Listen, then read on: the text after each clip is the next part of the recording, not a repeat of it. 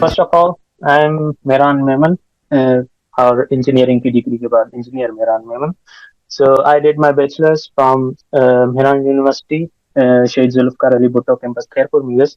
और हमने आकिब भाई भी मेरे बैचमेट हैं. हमने दिसंबर में 2022 में एक साथ ग्रेजुएट किया है वहां से. तो मैंने सीजीपीए सिर्फ इसलिए लिखी है ताकि आपको थोड़ा ध्यान में हो मेरी प्रोफाइल मेरे बैकग्राउंड के हिसाब से. सो आई ग्रेजुएटेड विथ 3.84. अभी मैं मास्टर्स कर रहा हूँ चाइना में. मैं अभी आया हूँ. आई एम फ्रेश है शीजियान यूनिवर्सिटी शान में. और मेरी रिसर्च एरिया है secure web search using machine learning. So मेरा बैकग्राउंड कंप्यूटर फील्ड से है, तो आपको ये भी पता होना चाहिए. क्योंकि सारी बातों में थोड़ी बहुत जितनी ज्यादा हेल्प मैं कंप्यूटर फील्ड वालों वालों की ज्यादा कर सकता हूँ, लेकिन मैं कोशिश करूंगा जितनी हो सके सबकी हेल्प कर सकूँ. Is required documents. तो ये पूरी लिस्ट है आपकी रिक्वायर्ड डॉक्यूमेंट्स की. इनमें कुछ ऑप्शनल हैं और कुछ बहुत ही जरूरी हैं. ठीक है. तो एप्लीकेशन फॉर्म वो तो आपने फिल करना ही है, लेकिन जो आपको पहले डॉक्यूमेंट्स रेडी करने हैं हम उनके बारे में बात कर लेते हैं. तो जैसे हमारे पास हैं 2 और 3. मोस्टली हर यूनिवर्सिटी आपसे 2 रिकमेंडेशन लेटर्स ही मांगती है, लेकिन देर आर सम यूनिवर्सिटीज जो कि अच्छी रैंक हैं चाइना में, वो कभी कभी थर्ड रिकमेंडेशन लेटर भी मांग लेती हैं. थर्ड रिकमेंडेशन लेटर मोस्टली मतलब जो पहले दो हैं वो आपको एटलीस्ट एसोसिएट प्रोफेसर के होने चाहिए या प्रोफेसर के भी हो सकते हैं. एसोसिएट प्रोफेसर और प्रोफेसर के अलावा मतलब लेक्चरर या असिस्टेंट प्रोफेसर हो गया, इनका एक्सेप्टेबल नहीं होता. ये आप थोड़ा ध्यान में जरूर रखिएगा. ठीक है. और इवन हो सके तो कोशिश करें एक एटलीस्ट प्रोफेसर हो. नहीं भी तो आपका head of the department chairman हो, तो उसका इम्पेक्ट बहुत ज्यादा पड़ता है. तो मेरे जो 2 रिकमेंडेशन लेटर्स मैंने एक्चुअली 4 कलेक्ट किए थे रिकमेंडेशन लेटर्स. उनमें से जो 3 थे वो अलग अलग डिपार्टमेंट के हेड ऑफ डिपार्टमेंट्स थे, क्योंकि उन्होंने हमें पढ़ाया था. फिर बाय टाइम हम ग्रेजुएट हुए तो वो डिफरेंट यूनिवर्सिटीज में अच्छी पोजीशंस पे आ चुके थे. तो मैंने एक रिकमेंडेशन लेटर एक प्रोफेसर का दिया था, who was also the head of department of BSRS department. और एक हमारे अपने डिपार्टमेंट के चेयरमैन थे, तो उनसे जाहिर बात है आपकी रिलेवेंसी बनती है.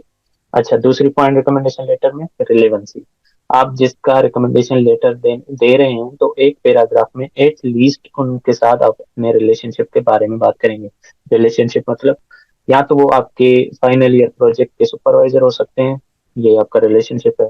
ठीक है. या तो वो आपके हेड ऑफ डिपार्टमेंट हैं, तो आप कह सकते हैं कि वो आपकी कंटिन्यूअसली आपकी परफॉर्मेंस को जज करते रहे हैं. या वो एज एसोसिएट प्रोफेसर या प्रोफेसर आपके टीचर रह चुके हैं. सब्जेक्ट टीचर की बात कर रहा हूँ. तो आप बताएंगे कि इस सेमेस्टर में इन्होंने मुझे ये सब्जेक्ट पढ़ाया था और मेरी परफॉर्मेंस वगैरह अच्छी थी, ये वगैरह वगैरह. तो आपको रिलेशनशिप भी दिखाना है अपने रिकमेंडेशन लेटर में. ठीक है. रिलेवेंट होना चाहिए और रिलेशनशिप होना चाहिए. मतलब रिलेशनशिप इस हिसाब से नहीं कि आपको कोई प्रोफेसर जानता है बाय नेम, वो बहुत ही मतलब मैथमेटिक्स डिपार्टमेंट का है प्रोफेसर है. ठीक है. लेकिन उन्होंने आपको कभी पढ़ाया नहीं, बस आप ऐसे ही जानते हैं, तो वो काम नहीं चलेगा. क्योंकि इसलिए आपको अब वो डिपेंड करता है. आप अगर लिख ही देते हैं कि भाई इन्होंने मुझे एक सब्जेक्ट पढ़ाया था इस सेमेस्टर में वगैरह वगैरह, तो एटलीस्ट रिलेशनशिप और रिलेवेंसी इन दोनों चीजों को देखिएगा अपने रिकमेंडेशन लेटर में. ठीक है. उसके बाद हाईएस्ट डिग्री, ट्रांसक्रिप्ट और diploma and should be notarised. China में इतना ज्यादा मसला नहीं होता. मैं आपको अपना एग्जांपल देता हूँ. बाय दिसंबर 2022 हमारी ग्रेजुएशन हुई थी और मेरी डिग्री मुझे नहीं मिली थी. तो मैंने अप्लाई किया था पास सर्टिफिकेट पे. तो जब तक आपका प्रोसीजर एप्लीकेशन तक है, तो पास सर्टिफिकेट में भी मेरा काम हो गया था.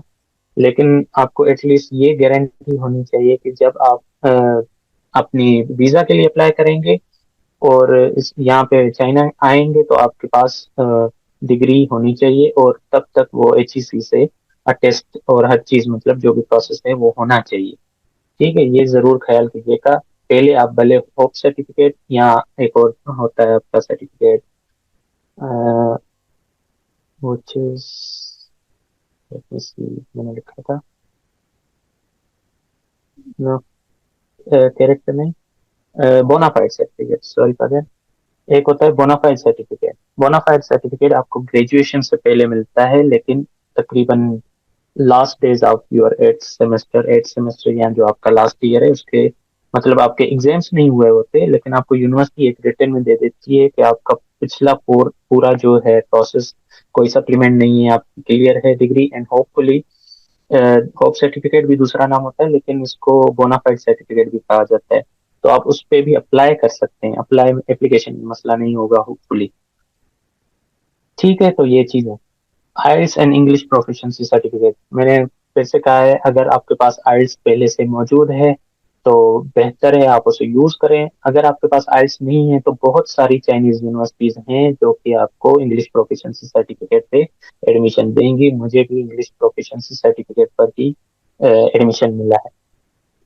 एंड मेडिकल एग्जामिनेशन सर्टिफिकेट, ये आपको टेम्पलेट मिल जाएगा, वो आपको आप किसी भी सरकारी या प्राइवेट हॉस्पिटल में जा सकते हैं, वहाँ पे सुप्रीडेंट होते हैं उनके, तो उनसे, या आपको एमओ होता है जो मेडिकल ऑफिसर होता है, वो आपको सिग्नेचर वगैरह करके दे देगा। तो मेडिकल एग्जामिनेशन सर्टिफिकेट आपको पता है आप बनवाएंगे, लेकिन इसका टेम्पलेट चाइन सीएससी देता है, वो आपको टेम्पलेट फॉलो करना है। ठीक है। रिसर्च प्रपोजल, ये थोड़ा डीपली हो जाएगा रिसर्च प्रपोजल पे बात करना, लेकिन मोस्टली पीएचडी के लिए रिसर्च प्रपोजल चाहिए होता है, आपके लिए स्टडी प्लान चाहिए होता है जो कि मास्टर्स के लिए अप्लाई कर रहे हैं। स्टडी प्लान में हर यूनिवर्सिटी की अपनी अपनी कंडीशंस होती हैं। कुछ 500 वर्ड्स तक जाते हैं, कुछ 250 वर्ड्स तक जाते हैं। और उसमें आपको कुछ चीजें बस अपनी इंट्रोडक्शन, आपका एजुकेशनल बैकग्राउंड, आपका प्रोफेशनल बैकग्राउंड, आपके फ्यूचर प्लान्स, और जिस यूनिवर्सिटी कंट्री के लिए, why China and why that university, जिस यूनिवर्सिटी के लिए आप अप्लाई कर रहे हैं, why that university, why China, ये दो पॉइंट्स जरूरी होती हैं। And third is your future plans. तो ये चार पांच पॉइंट्स होते हैं, मैं दोबारा रिपीट कर देता हूँ। आपका इंट्रोडक्शन, ठीक है। उसके बाद आपका प्रोफेशनल, अगर आपका बैकग्राउंड रहा है तो प्रोफेशनल बैकग्राउंड, नहीं तो आपकी पर्सनल इंफॉर्मेशन में आप थोड़ा इंट्रोडक्शन को ब्रीफली करके लिख सकते हैं। और एजुकेशनल बैकग्राउंड, ये तीन चार चीजें रिप्लेसेबल हैं। इंट्रोडक्शन तो आप लाजमी लिखेंगे, वो एक ही पैराग्राफ होता है, वो सिंपली इंट्रोडक्शन होता है। लेकिन अगर आपका प्रोफेशनल बैकग्राउंड है, आप ग्रेजुएट कर चुके हैं, आपका 2 3 साल का प्रोफेशनल बैकग्राउंड है, तो वो आप सारा लिखेंगे। कुछ बहुत ही अच्छे आपने प्रोजेक्ट्स वगैरह किए हैं, इंटर्नशिप्स किए हैं, तो प्रोफेशनल बैकग्राउंड लिखेंगे। प्रोफेशनल बैकग्राउंड आपके पास नहीं है तो एजुकेशनल बैकग्राउंड लिखेंगे।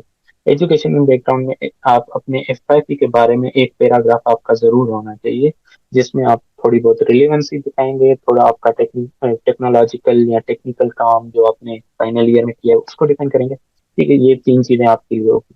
उसके बाद आप why China and why that specific university, वो दो अलग अलग पैराग्राफ करके लिखेंगे। एंड योर फ्यूचर प्लान्स, तो टोटल 6 आपकी हेडिंग्स हो गई आपके स्टडी प्लान में। इसमें आपको जितने वर्ड्स उस यूनिवर्सिटी के प्रोफाइल पे बताए गए हैं वो आपको कवर करने हैं। ठीक है। और पासपोर्ट अगर आपका बना हुआ है तो दैट्स गुड, और कोशिश कीजिएगा कि मतलब 10 ईयर्स, एटलीस्ट 5 ईयर्स आपके हों, मतलब 2024 2029 तक एलिजिबल होना चाहिए, वैलिडिटी उसकी होनी चाहिए। अगर नहीं बनवाया हुआ तो कोशिश करें 10 ईयर्स का बनवाएं। मेरे साथ इशू होगा क्योंकि मेरा अराउंड बिफोर 2 ईयर्स मेरा एक्सपायर हो जाएगा, तो मुझे दोबारा से कुछ ना कुछ करना पड़ेगा। तो यहाँ पे बहुत सारे मसले भी हैं। जैसे मैं शान में हूँ तो मुझे बीजिंग जाना पड़ेगा, तो वैलिडिटी को जरूर देखिएगा। ठीक है। Then the most important document you will need, acceptance letter. तो मैं सुन रहा था किसी ने कहा कि चाइना के लिए एक्सेप्टेंस लेटर जरूरी नहीं होता। मुझे नहीं पता आपने कहाँ से सुना है। बिल्कुल, बहुत सारी जगहों पे ऑप्शनल होता है एक्सेप्टेंस लेटर, लेकिन मेरे हिसाब से मेरा ये ओपिनियन रहा है कि एक्सेप्टेंस लेटर बहुत जरूरी है, बहुत बहुत बहुत जरूरी है। अब ऐसा भी नहीं है कि एक्सेप्टेंस लेटर नहीं मिला और किसी यूनिवर्सिटी में ऑप्शनल लिखा हुआ है फिर भी आप अप्लाई ना करें, अप्लाई जरूर करें। लेकिन अब अगर आपके पास टाइम है, अगर आपको लगता है एक्सेप्टेंस लेटर मिल जाएगा, मेरे पास टाइम है, मैं कवर कर लूंगा, तो go for the acceptance letter first. क्यों? एक्सेप्टेंस लेटर जब आपको मिलता है ना, तो इसमें मेरे एक्सेप्टेंस लेटर पे बहुत सारे डिफरेंट ओपिनियंस हैं। सबसे पहले आपकी ओपिनियन, एक्सेप्टेंस लेटर अगर ऑप्शनल भी हो फिर भी ट्राई करना चाहिए कि मिल जाए। नहीं मिलता, गो एड अप्लाई कर लें, कोई मसला नहीं है, लेकिन अगर मिल जाए तो ज्यादा बेहतर। दूसरी बात, अ, हम आजकल जो ज्यादा ट्रेंड लगा पड़ा है, मैं सोशल मीडिया पे देख रहा हूँ कि हर कोई ट्राई कर रहा है 5-5 10-10 एक्सेप्टेंस लेटर लेने की। ठीक है, कोशिश करें, मिल रहे हैं तो ठीक है, लेकिन अगर उन 10 एक्सेप्टेंस लेटर्स में वो आपको ऐसे ही मिल रहे हैं तो दैट्स नॉट गुड। मतलब अगर आपने एक अच्छा प्रोफेसर नहीं ढूंढा जिसके साथ आप सही से चल रहे हैं और वो भी आपके साथ सही चल रहा है, तो फिर ऐसे 10 एक्सेप्टेंस लेटर्स का मुझे कोई फायदा नहीं दिखता। मैं ऐसा क्यों कह रहा हूँ, क्योंकि मैं यहाँ पे आया हूँ, मेरी कम्युनिटी, मैंने एक ही एक्सेप्टेंस लेटर लिया, मैंने किसी यूनिवर्सिटी की तरफ नहीं गया। मैं एक ही एक्सेप्टेंस लेटर लिया, एक ही यूनिवर्सिटी में अप्लाई किया, वहीं पे हूँ और वही मेरे पास प्रोफेसर है, and he is really too good, क्योंकि उसके साथ मेरी पाकिस्तान से ही कम्युनिकेशन कंटिन्यूस रही थी। और यहाँ पे जो भी मेरे कोलीग्स हैं, मेरे क्लासमेट्स हैं, तो उनका भी यही ओपिनियन है कि आपको एक्सेप्टेंस लेटर एक ही होना चाहिए, प्रोफेसर के साथ, तो उस प्रोफेसर के साथ कम्युनिकेशन में रहें। सीएसई आप भले जितनी भी अच्छी प्रोफाइल हो, अगर आपका सुपरवाइजर नहीं चाहता ना आपको सीएसई दिलवाना, तो बहुत ही मुश्किल होता है। बहुत सारी डिफरेंट चीजें होती हैं, एक्सेप्टेंस लेटर मैटर करता है। ठीक है, तभी मैंने लिखा हुआ है students having an acceptance letter will be preferred by high rank universities. Okay, acceptance letter कैसे लेना है, विल टॉक अबाउट इट इंशाल्लाह। ठीक है, देन एक इम्पॉर्टेंट डॉक्यूमेंट है आपका पुलिस क्लियरेंस सर्टिफिकेट। अगर आपको, मुझे नहीं पता पता है या नहीं है आपका, मुझे, मैं सिंध से हूँ तो मुझे सिंध का पता है। तो सिंध में एक आपका पुलिस, इनकी वेबसाइट है पुलिस वेरिफिकेशन, शायद कंप्लीट पाकिस्तान के लिए, बट आई डोंट नो, मैंने सिंध के लिए अप्लाई किया था तो वो सिंध पुलिस की वेबसाइट बनी हुई है। हम वहाँ पे वेबसाइट पे जाते हैं, ऑनलाइन सारा उनके कुछ फॉर्म्स होते हैं वो फिल करते हैं, उनके पास से हमारी एप्लीकेशन ली जाती है एसपी ऑफिस में। सो वो फिर एक हमारे पास सेट फॉर्म भेजते हैं, तो वो स्टैंप करवा के हम देते हैं वापस, तो हमें आपका पुलिस क्लियरेंस सर्टिफिकेट बन जाता है। तो वो भी 1 महीने का प्रोसेस है, और ये होता है आपका वैलिडिटी होती है इसकी 6 मंथ्स की। तो आप तकरीबन नवंबर में ये निकलवा लें तो बेहतर है, क्योंकि मार्च तक सीएससी की सारी डेट्स कंप्लीट हो जाती हैं, तो आपका फायदा नहीं है बाद में लेने का। तो आप निकलवा लें टाइम से, 6 मंथ्स वैलिडिटी देख के। अगर आप अभी भी निकलवाते हैं तो आपका शायद अप्रैल तक चल जाएगा, तो पुलिस क्लियरेंस भी ले लें टाइम से, क्योंकि they take around a month to respond on the portal. ठीक हो गया। Then we have character certificate, जो कि ऑप्शनल है, जरूरी नहीं है। Okay, CV, curriculum vitae. If you are PhD student, तो आप भले, आपके रिसर्च एरिया है, आपने पेपर्स पब्लिश किए हुए हैं, आपके रिसर्च प्रोजेक्ट्स हैं, तो आप सीवी 3 पेजेस की कर लें, कोई मसला नहीं है, लेकिन फॉर मास्टर्स कभी भी 2 पेजेस से एक्सीड ना करें। यूरोपास एक आपकी वेबसाइट है जो कि मोस्टली यूरोपियन, आपके जो स्टूडेंट्स होते हैं, यूरोपियन यूनिवर्सिटीज की एप्लीकेशन के लिए यूरोपास यूज की जाती है। लेकिन अगर आप यूरोपास का लोगो हटा दें सीवी में से, तो वो आप यूज कर सकते हैं चाइना के लिए भी।